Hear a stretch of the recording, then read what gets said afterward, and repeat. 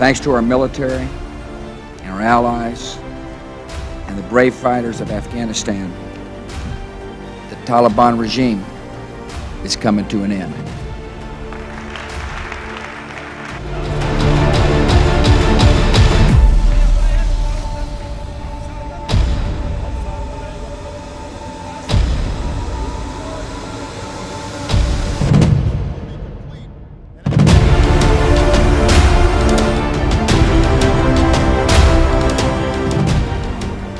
For many of you, this will be your last tour in Afghanistan.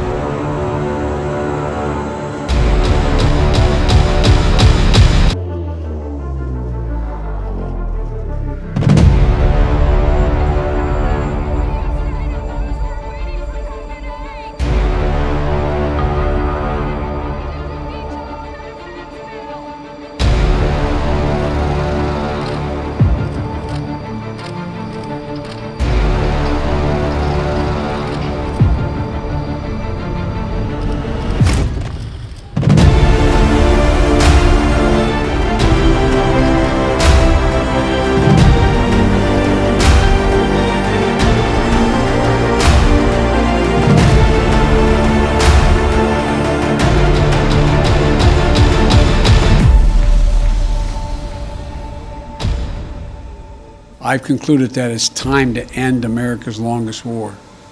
It's time for American troops to come home.